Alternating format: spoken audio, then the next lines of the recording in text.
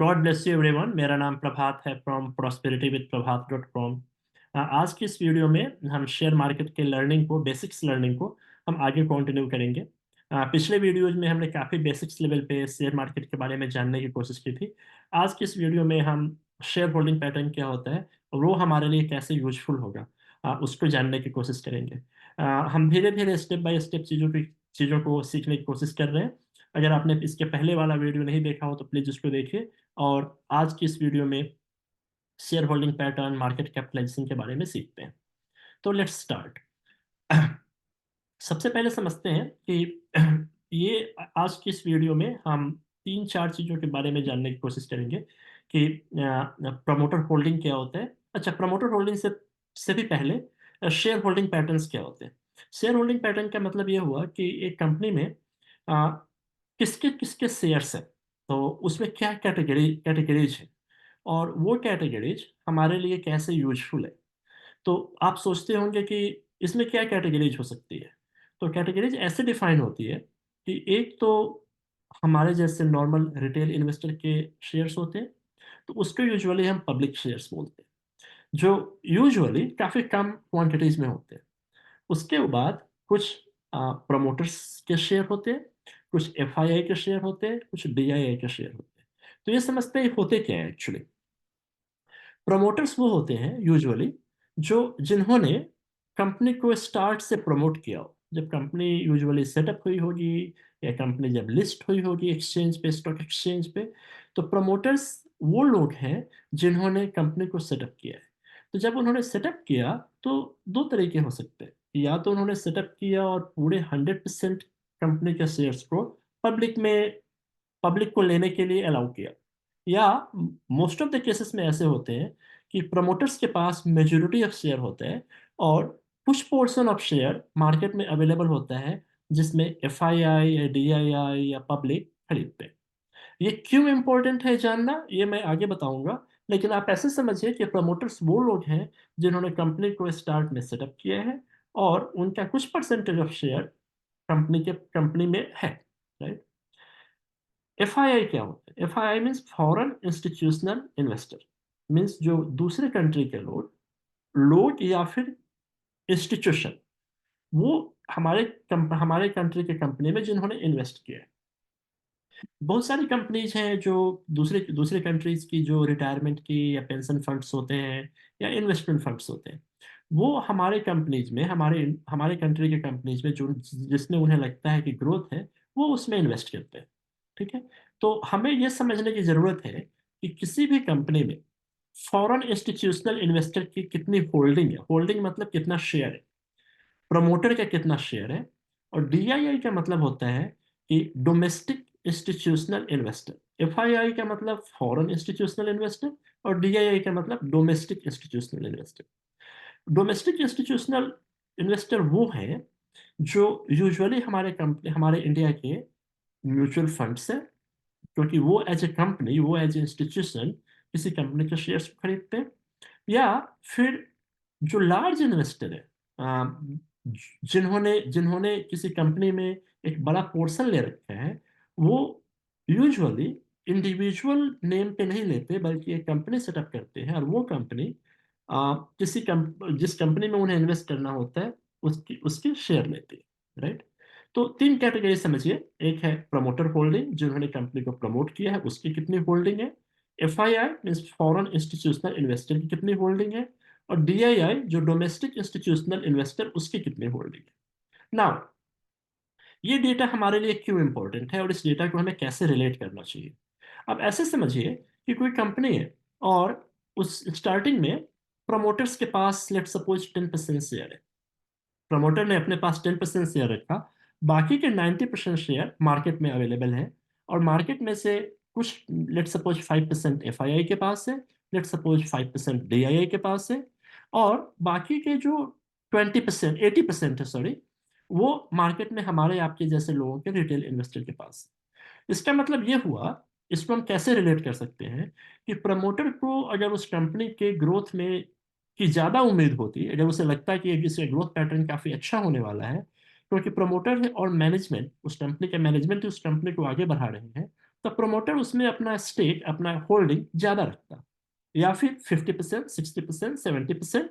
RBI के limit के according maximum 75% तक प्रमोटर रह सकते हैं, उससे ज़्यादा प्रमोटर्स अपने होल्डिंग को नहीं रख सकते। लेकिन अगर प्रमोटर ही ये काफ़ी कम है, लेस देन 50% है, तो आप ये समझ सकते हैं कि प्रमोटर का ही कॉन्फिडेंस उस लेवल का नहीं है। हालांकि एक्सेप्शन है इसमें, मैं उसके बारे में बात करूंगा कि कैसे एक्सेप्शन है। लेकिन मोस्ट ऑफ द केसेस में अगर प्रमोटर की होल्डिंग 50 या 55%, 60% से कम है, तो ये एक रेड फ्लैग है कि प्रमोटर ने अपने आप को उसमें ज़्यादा इन्वेस्ट क्यों नहीं किया। नाउ, एफआईआई और डीआईआई, एफआईआई और डीआईआई ये दोनों foreign institutional investor and domestic institutional investor, ये दोनों इंस्टीट्यूशन है। इंस्टीट्यूशन होने का मतलब क्या है कि इन्हें जिस कंपनी में इन्वेस्ट करना है उसकी सारी रिसर्च रिपोर्ट इनके पास होती है। इनके पास प्रोफेशनल्स होते हैं जो उस कंपनी के financials, profit profit and loss account, balance sheet, cash ratio, inflow outflow, debt and सबकी जानकारी और रिपोर्ट लेने के बाद ही वो किसी कंपनी में इन्वेस्ट करते हैं। तो अगर किसी कंपनी का एफआईआई होल्डिंग और डीआईआई होल्डिंग कम है या नेग्लिजिबल है, हाँ, तो आप ये समझ सकते हैं कि एफआईआई और डीआईआई अगर इसमें इंटरेस्टेड नहीं है, तो एक ये रेड फ्लैग हो सकता है। क्योंकि अगर एफआईआई और डीआईआई को पहले पता चलता है कि इस कंपनी का ग्रोथ ज्यादा अच्छा होने वाला है, तो वो अपने इन्वेस्टमेंट को, स्टेक को बढ़ाते हैं। लेकिन अगर वो नहीं बढ़ा रहे हैं या फिर वो घटाते घटाए चले जा रहे हैं, तो आपको लगेगा कि जब जब ये इंस्टीट्यूशनल इन्वेस्टर की इसमें कॉन्फिडेंस इस कंपनी में नहीं है, तो हमारे लिए एज ए रिटेल इन्वेस्टर के लिए ये एक रेड फ्लैग हो सकता है। इस डेटा को हम ऐसे रिलेट करते हैं। अब आप ये सोच रहे होंगे इस डेटा को मैं देखूंगा कैसे और ये डेटा कितना अप टू डेट होता है। तो एक वेबसाइट है जिसको आपको काफी फेमिलियर होना चाहिए, जिसको बोलते हैं स्क्रीनर। स्क्रीनर अपने यहाँ इंडिया में स्क्रीनर्स.इन, स्क्रीनर.इन, यहाँ पे जितनी भी कंपनीज है, लिस्टेड कंपनीज, सबका डेटा यहाँ पे अवेलेबल होता है। तो सबसे एग्जांपल के लिए यहाँ पे हम सर्च में कर सकते हैं, let suppose Tata consultancy services, TCS, हमने ये सर्च किया। अब जब भी आपको टाइम मिले तो थोड़ा सा स्क्रीन पे आइए और इसमें क्या क्या वैल्यूज है, क्या क्या है, उसको समझने की कोशिश कीजिए। ऑल दो वीडियोज में धीरे धीरे हम सारे सेक्शंस को देखने की कोशिश करेंगे, और आज की इस वीडियो के लिए सबसे नीचे आने पे हम इस इन्वेस्टर सेक्शन में आएंगे और देखेंगे कि ये शेयर होल्डिंग पैटर्न है। जितनी भी लिस्टेड कंपनीज होती हैं उनके जो सेबी के रिकॉर्डिंग, सेबी के गाइडलाइन के अकॉर्डिंग हर 3 मंथ्स पे, एवरी क्वार्टर, उनको अपना डेटा पब्लिश करना होता है। इनफैक्ट उनको हर क्वार्टर में ये बताना होता है कि अभी उस कंपनी के शेयर होल्डिंग पैटर्न कैसी है। तो यहाँ से आप देख सकते हैं कि जून 2021 से डेटा अवेलेबल है। लेट्स सपोज मैं दिसंबर 2023 और मार्च 2024, क्योंकि एवरी क्वार्टर ये होता है, लाइक इस क्वार्टर मतलब हर 3 महीने पे, जैसे दिसंबर, मार्च, फिर जून, फिर सितंबर एंड फिर दिसंबर, ऐसे। तो टीसीएस का मैं डेटा देखता हूँ, तो टीसीएस का डेटा से मैं पता चल रहा है कि जो इसके प्रमोटर थे, दिसंबर में इनका जो शेयर था कंपनी में 72.41% था, और फिर मार्च 2024 में 71.77% हुआ। इसका क्या मतलब है कि एक तो गुड थिंग ये है कि प्रमोटर के इसमें काफी अच्छी होल्डिंग है, मोर देन 70% होल्डिंग है, विच शोज कि प्रमोटर का इस कंपनी में कॉन्फिडेंस है, राइट। ऑल दो वी नो कि टीसीएस काफी बड़ी कंपनी है, बट जस्ट ये जो फील्ड हम प्रमोटर होल्डिंग की बात कर रहे हैं, तो उससे हम समझते हैं। लेकिन यहाँ पे हम देख सकते हैं कि सितंबर में 72.30% था, दिसंबर में 72.41% हुआ। इसका मतलब कि यहाँ पे 0.11% शेयर प्रमोटर ने खरीदे। कहाँ से खरीदे? मार्केट से ही लिए होंगे, मतलब नॉर्मल रिटेल पब्लिक या एफआईआई डीआईआई जो सेल करते हैं उनसे होते हैं। लेकिन फिर यह मार्च में उन्होंने थोड़ा सा यहाँ पे बेचा है। तो अगर ये बहुत ज्यादा सिग्निफिकेंट इन्होंने नहीं बेचा है, तो ये एक रेड फ्लैग नहीं है। अगर अगर आप यहाँ लगता है कि यहाँ 72% है और मार्च में अगर 65% हो गया, 66% हो गया, 60% हो गया, तो ये सोचने की बात है कि प्रमोटर ने 5% या 10% शेयर क्यों बेचे। लेजिटिमेट रीजन भी हो सकता है, जेन्युइन रीजन भी हो सकता है, बिजनेस एक्सपेंशन करना, और शेयर प्राइसेस अप है तो प्रमोटर ने भी उसको फायदा उठाया, थोड़ा सा हाई प्राइस पे बेचा और उस पैसे को कैपिटल एक्सपेंडिचर में या अपने पर्सनल वर्क के लिए भी यूज किया, which is all right, not not not not a problem. लेकिन ज्यादा स्टेक अगर बिकता है तो हमें ये समझने की जरूरत है। फिर एफआईआई, एफआईआई का पैटर्न भी हम देख सकते हैं टीसीएस में।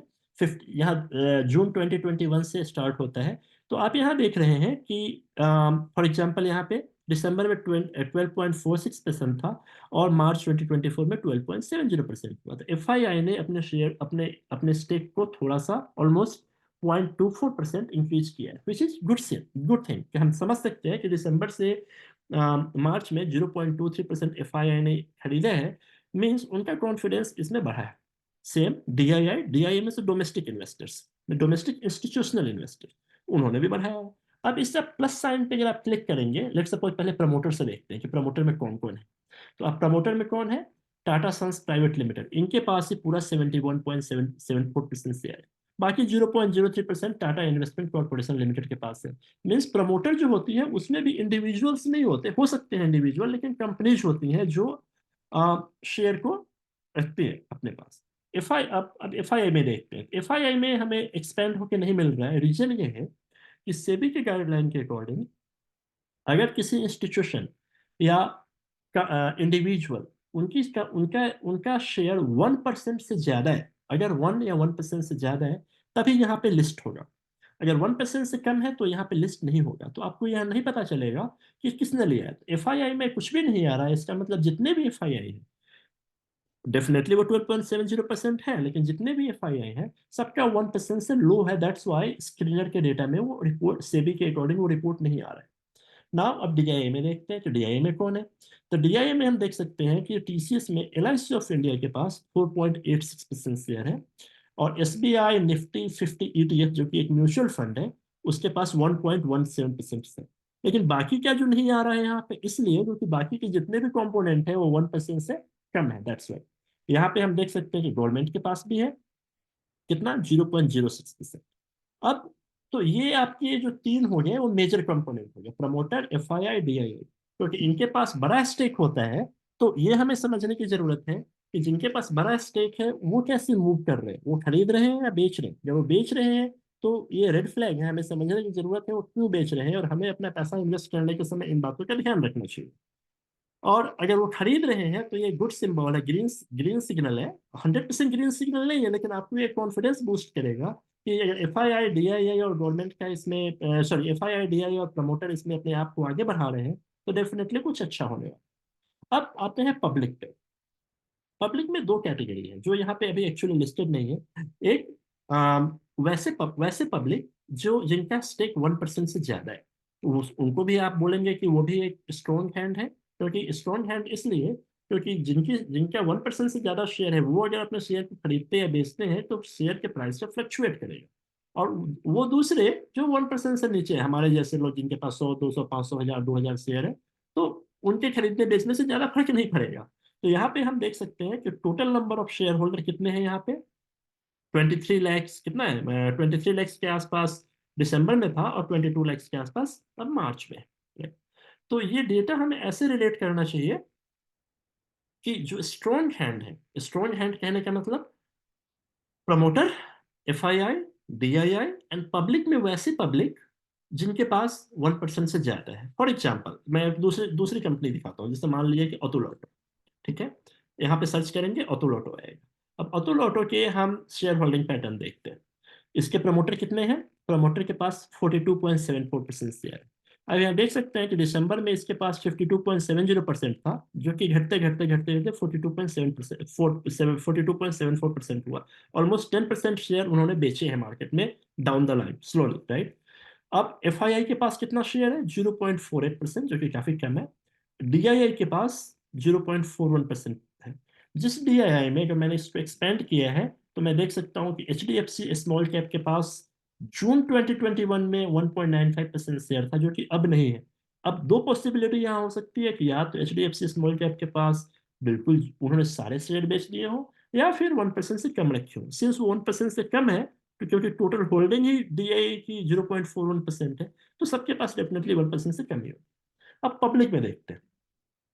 पब्लिक में देखिए तो विजय केडिया एक काफी रिनाउंड इन्वेस्टर है। उन्होंने मार्च 2024 में तक इनका जो इसमें शेयर है 18.20% था। आप ये देख सकते हैं कि यहाँ पे 7.05% से 13.70%, और सितंबर 2023 में 18.20%। किसी भी कंपनी में 18% शेयर रखना is a very very big thing. तो इसीलिए विजय केडिया ऑल दो वो इन्वेस्टर है, लेकिन अब चूंकि इनके पास इतना ज्यादा शेयर है तो उस कंपनी के बोर्ड ऑफ डायरेक्टर में भी he is one of the member, right. तो आप अगर कोई भी इन्वेस्टर जो 1% से ज्यादा शेयर लेता है और आप उसके पैटर्न को आप देख देख पा रहे हैं, यहाँ पे कोई बढ़ता चला जा रहा है, तो आप ये समझ आप हमें ये समझना चाहिए कि ये ग्रीन सिग्नल है, क्योंकि हम उनके पास ज़्यादा रिसर्च रिपोर्ट्स अवेलेबल है, उनकी कंपनी की इनसाइड भी मालूम है, कंपनी की ग्रोथ ट्रेजेक्टरी भी मालूम है, कंपनी का एक्सपेंशन प्लान भी मालूम होता है। तो यहाँ से हम देख सकते हैं। लेकिन कोई इन्वेस्टर या बिग हैंड, स्ट्रॉन्ग हैंड यहाँ पे शेयर लगातार बेचते जा रहा है, तो हमारे लिए समझने की जरूरत है। तो यहाँ पे आप देख सकते हैं कि आउट ऑफ 56.39% इन पब्लिक, 18.20% विजय केडिया जी के पास है। इन्हीं की केडिया सिक्योरिटी भी इन्हीं की कंपनी है, जिनके पास 2.7% है, तो टेक्निकली ये ऑलमोस्ट 21% के पास हो गया। 1% मनोहर देव भट्टोनी के पास है। और बाकी हो सकता है कि किसी के पास, बाकी जितने भी लोग होंगे उनके पास 1% से कम होगा, इसलिए यहाँ पे लिस्ट नहीं होगा। तो ये डेटा जो है हमें ये बताता है कि जो स्ट्रॉन्ग हैंड्स है वो इस कंपनी के बारे में क्या सोच रहे हैं। जब उन्हें नेगेटिव फीलिंग होगा, वो लोग धीरे धीरे बेचेंगे और बाहर निकलने की कोशिश करेंगे। उन्हें अगर इसमें ग्रोथ का पाथ समझ में आएगा, आगे का ग्रोथ समझ में आएगा, तो वो इसमें धीरे धीरे खरीदेंगे। तो हमें इस डेटा को ऐसे एनालाइज करना चाहिए, राइट। आई होप कि आपको ये समझ में आया होगा। अगर आप screeners.in पहले आपने यूज नहीं किया हो तो प्लीज इस साइट पे आइए, जिस कंपनी को भी लिस्ट करना हो वहां देखिए, और अब थोड़ा सा टाइम स्पेंड कीजिए, समझिए। ऑल दो हम धीरे धीरे सेक्शंस को बाकी के वीडियोज में एक्सप्लोर करेंगे, लेकिन अभी आप इसको ऐसे समझिए। अभी आप केवल शेयर होल्डिंग पैटर्न पे फोकस कीजिए। डिफरेंट डिफरेंट कंपनीज, जैसे मान लीजिए कि अब हम यहाँ पे इन्फोसिस की देखते हैं, ठीक है। तो इन्फोसिस लिमिटेड, इन्फोसिस में देखते हैं कि शेयर होल्डिंग पैटर्न कैसे काम करते हैं। प्रोमोटर के पास केवल 14.71% है, लेकिन आप देख सकते हैं कि FII और DII के पास मेजर चंक ऑफ शेयर है, 34% एंड 35%, जो कि हमें बताता है कि जो domestic institutional investor mutual funds हैं, या और भी कंपनीज है जो कि इन्फोसिस में इन्वेस्ट किया है, उसका काफी कॉन्फिडेंस है यहाँ पे। और यहाँ पे क्वार्टर बाय क्वार्टर वो यहाँ से अगर हम देखेंगे, अगर इनफैक्ट यहाँ से दिसंबर से ही ये बढ़ता चला जा रहा है। यहाँ पे जो फॉरेन इंस्टीट्यूशनल इन्वेस्टर उनका, उन्होंने थोड़ा सा यहाँ बेचा है, but still they are very, वो बहुत क्लोज है, 34.11%। पब्लिक में आएंगे तो पब्लिक में, चूंकि ये काफी बड़ी कंपनी है, इसका 1% शेयर लेना भी is not a easy thing, आसान काम नहीं है। लेकिन अब यहाँ पे 1% की लिस्ट, इससे भी लिस्ट, कोई लिस्ट नहीं हो रहा है, इसका मतलब कि सारे 1% से कम होंगे, ठीक है। तो ऐसे हम शेयर होल्डिंग पैटर्न को समझेंगे। अभी आप इसको कैसे यूज करना है, कैसे शेयर्स लेना है, उसके बारे में नहीं सोचिए, क्योंकि हम धीरे धीरे उस वीडियोज में आएंगे और समझेंगे कि जब हम कंपनीज को सर्च करते हैं तो फिर कैसे इन सारे डेटा को कंबाइन करना है। बट अभी चूंकि हम लर्न कर रहे हैं, तो आप ये समझिए कि share holding pattern is a very important thing, बहुत ही ज़्यादा इंपॉर्टेंट है आपके लिए समझना। ठीक है? अब हम समझते हैं, जो वीडियो के नेक्स्ट पार्ट में आते हैं, मार्केट कैपिटलाइजेशन। ये आपको सबसे फर्स्ट स्क्रीन पे यहाँ पे ऊपर मिलेगा, राइट। मार्केट कैपिटलाइजेशन और CMP, ये दो पार्ट में करते हैं। CMP का मतलब होता है करंट मार्केट प्राइस। तो अभी इसका करंट मार्केट प्राइस है 1465 रुपीज।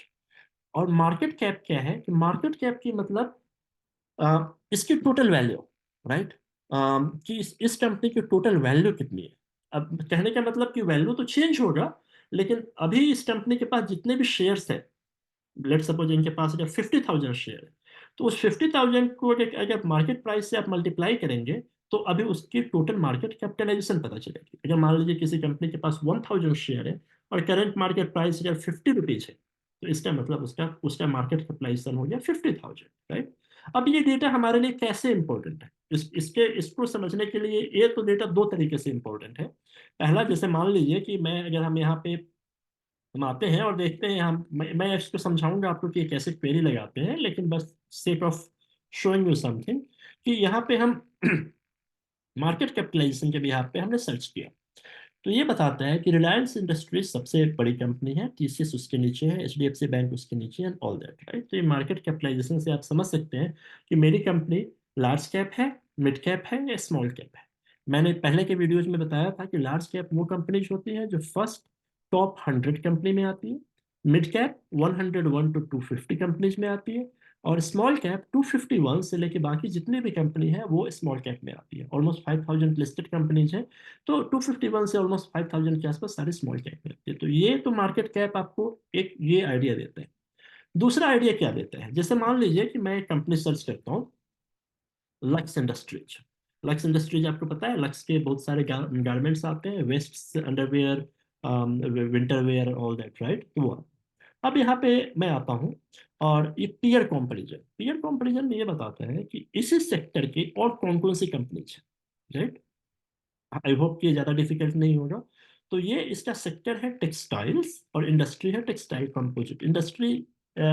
मतलब ये हुआ कि टेक्सटाइल से ही एक सब डिवीजन निकला जो कि कंपोजिट में। अब इसमें देखिए कि ये 6 कंपनी आ रही है जो सिमिलर सेक्टर में, lux industries, Mafatlal, Ruby mills, Lakshmi mills and this.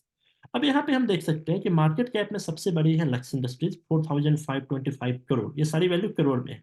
Mafatlal 885 crore, ये रूबी मिल 699 करोड़।